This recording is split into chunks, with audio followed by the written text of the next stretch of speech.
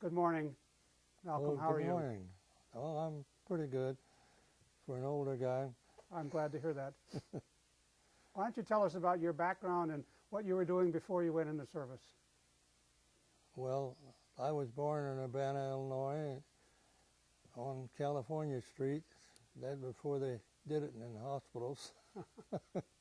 And my father was a grocer downtown Urbana, across from the Busey Bank, and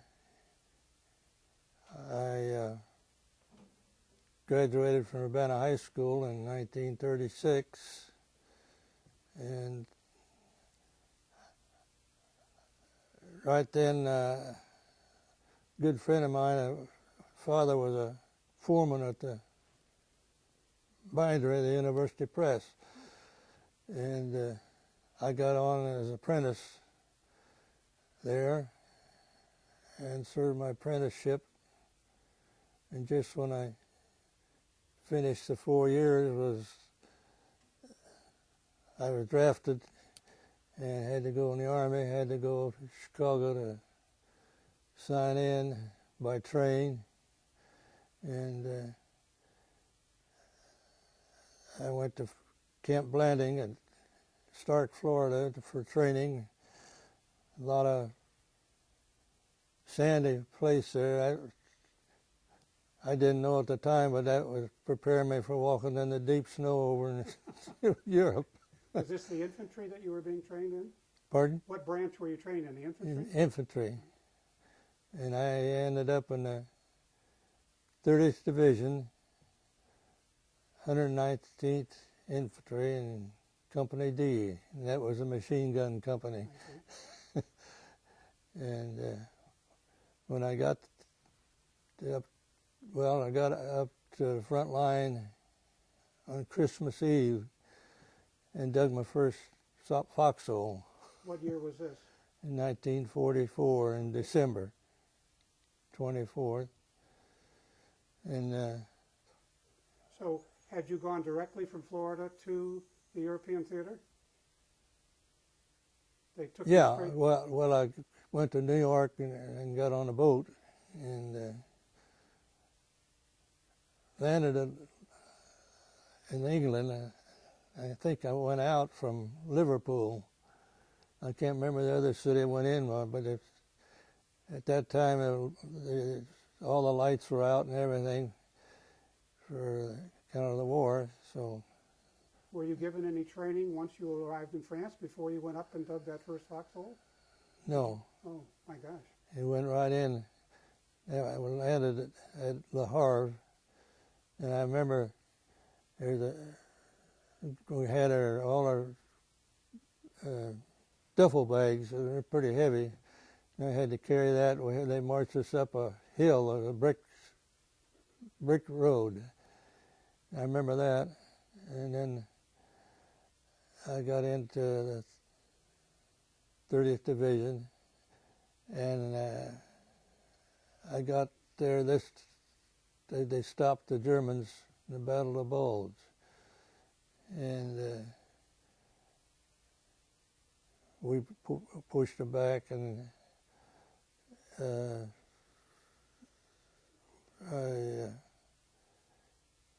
So you were part of the people they were bringing in quickly to help stop the German Battle of Bulge advance. Yeah. Wow. Yeah. So let's see where. So you dug your first foxhole on Christmas Eve, and then were you moving forward after that? Yeah, and then we moved in the 40 and 8 trains. Oh my. Tell 40 us about men those. and 8 horses, little box cars, and see, when I got with my company, let's see, How close to the front lines could the trains go? not very close. Right. They had the 4x4 trucks and Jeeps, and a thing happened that was kind of interesting. when I got with my outfit, I was riding behind a Jeep on a trailer. Mm-hmm.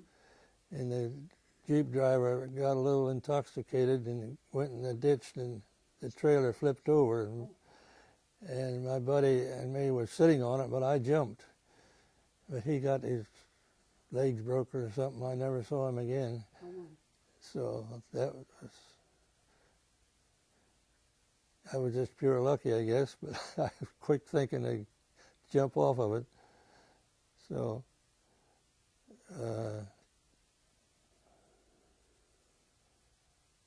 were you continually moving, or did you have to stop and dig foxholes at times when the Germans fought back, or how was that going?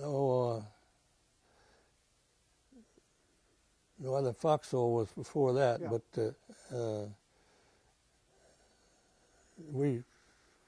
I guess we were chasing them out or something, because I remember going across the field.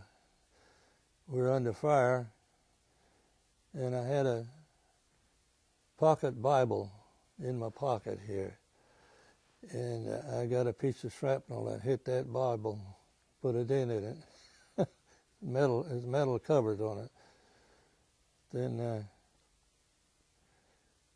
So the Bible saved you from a serious wound? Well, there might have been something. I don't know. Well, that's nice. Yeah. I was thankful for that. But then we got up and crossed the Roar River. That was a river about, not a big river, but it was one of the main rivers. And when we went on to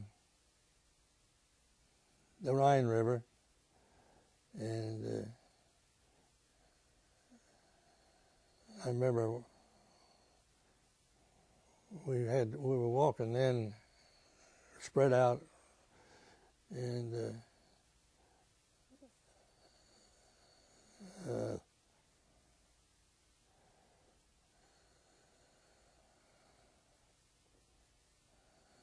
I don't know. Were you within range of the German artillery? Yeah, we heard.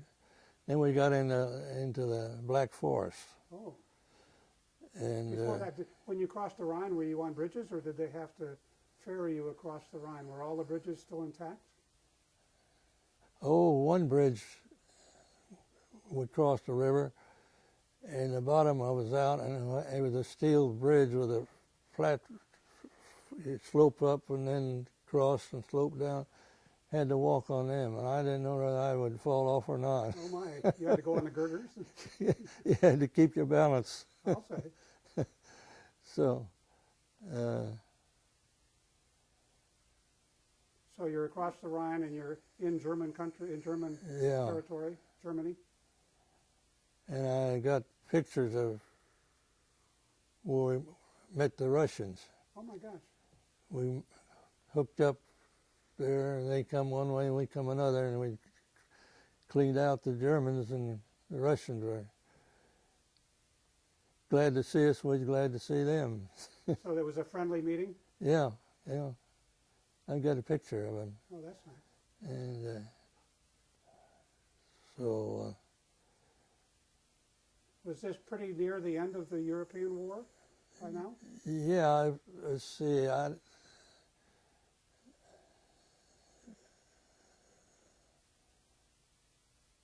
got in one house was Hermann Göring's headquarters. Oh. And I got some German money there out of it. And I got a helmet too, a leather helmet they wore, German. Right. And what city was this? Do you remember where his headquarters was located? No, we went through towns pretty quick. And how did you ever have a chance to interact with the local German citizens, the population? Yeah, one town. They were all houses were right on the street, pretty close. I mean, but they were. I remember people in the windows when we went through cheering for us, Oh, waving and cheering. And so when we got through, we come out. Camp Lucky Strike was the camp that I was through. There were several on the coast. these were where you were stationed once the war ended and they were waiting to see what to do next? No, we just checked through there and then got on the boat to come back home. Yeah, the European theater was over. Yeah. Okay. But then when we were halfway home on that boat, that's when Japan surrendered. Otherwise, would you have been going to Japan? We were scheduled to, yeah. Oh my gosh. Yeah, I was one of the outfits that was handpicked to go there. The 30th Division got the presidential citation for what we did where we were at then. But then we come back to Boston, I think it was, and shipped us to Chicago by train, and then train down to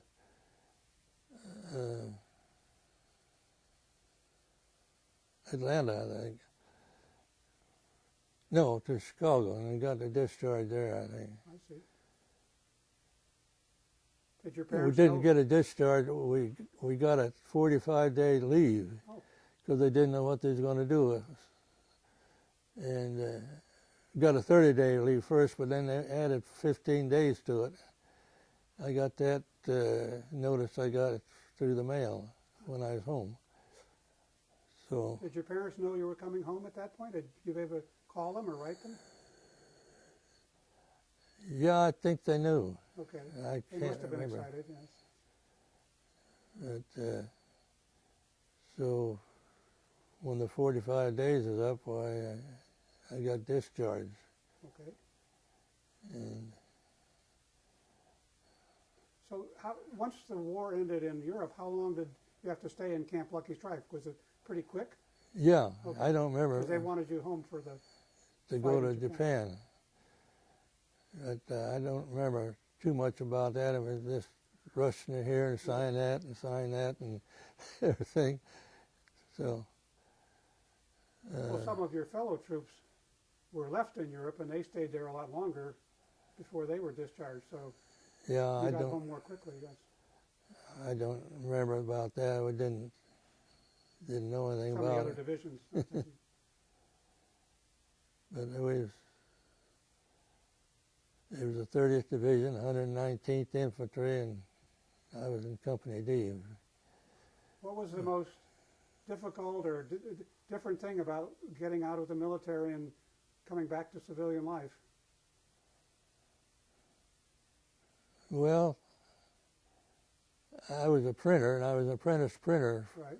at the University Press, and then I was a journeyman then.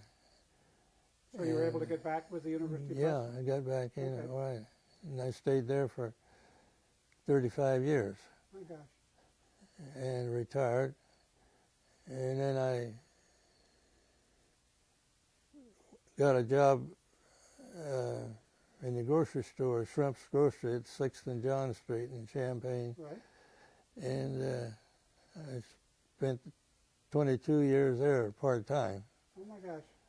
But I got my Social Security bill on that when I was at the university. They didn't have Social Security, Right. but I got a university pension and a Social Security, so that worked out. Well, what are some of the other memories of your period in the war that you think are most striking? Most what? Or most striking to you, or that come back most vividly when you think back on that period in Europe? Well, the Black Forest was pretty tough with all that snow, and we were beside of the road that went through there, and they was bringing some German prisoners through there, and we said to ourselves, "Oh, I bet they don't live long," because those Germans had killed a lot of our prisoners, and that could be that they didn't make it. I don't know. But this was, you were advancing on foot through the forest to cover the ground? Is that what you're saying? Yeah, Oh, wow. but that, of course, that accident where I riding the Jeep was just pure luck that I did what I did. Right. Quick thinking. So I don't know much more. That's understandable, right? So what part of your basic training did you think was the most valuable when you got over to Europe that really helped you survive and do well? Did they train you well in Florida? Well, I had a carbine Right. instead of a rifle. Did you like that better than the M1? Yeah, it was lighter. Okay. It fired faster. I never had to fire it. Oh, okay. But How long was the training, the basic training in Florida? How many weeks? From June to December Okay. in '44. I think I've got some papers there that spell that out. So they trained you well then. Pardon? They trained you a long time, and I hope trained Yeah. you well, yes. I remember one time down there was a hurricane warning, Oh, and we all had to go in a certain building, but it never got that far in, but they were taking precautions. was everyone at that post in Florida going to Europe? That was, as far as you know? They were going different places, Oh, okay. and I went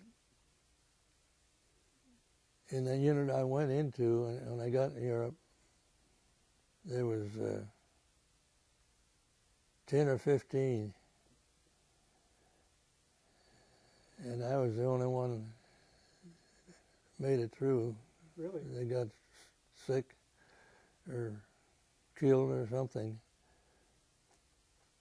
You got a lot of trench foot when your boots get Right. full of snow. And I was lucky I didn't get it.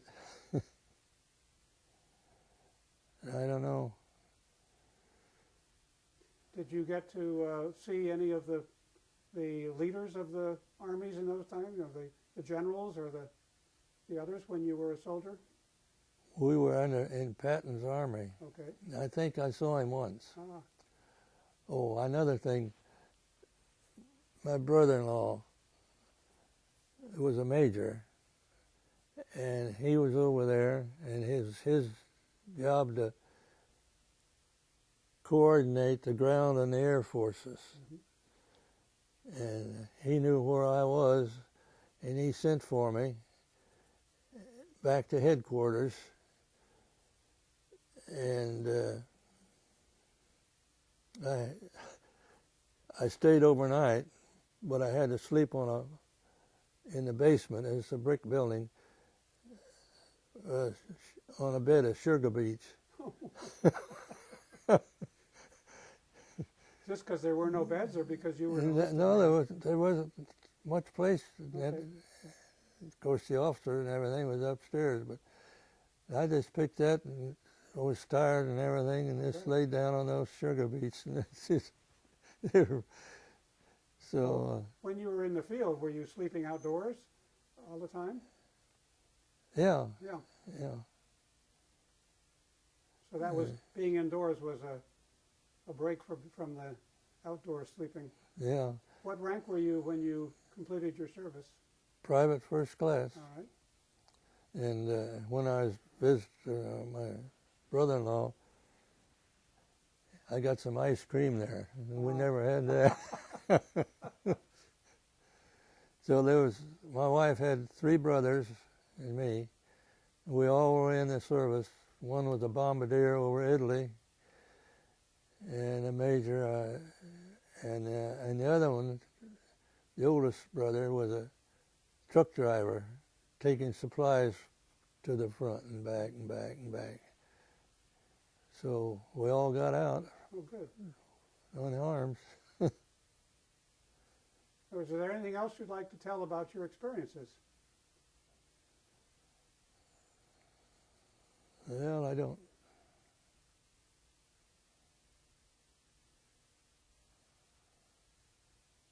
When I went to Chicago to register, the officer there was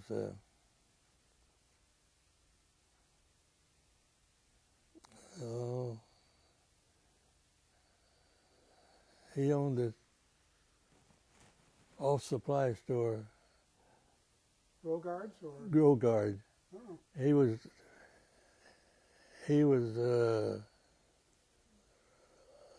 I think the row part. I can't remember the last name now, but that was something that. so he was from Urbana and Champaign too? Yeah. Oh my gosh.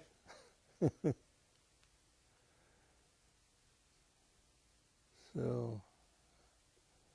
Well, thank you. Yeah. We've been interviewing Malcom G. Davis on Tuesday, September 25th, 2007. It has been a pleasure to have a chance to talk to you. Well, thank you. You're welcome. Don't get up till we get the microphone off. Is that okay, Henry?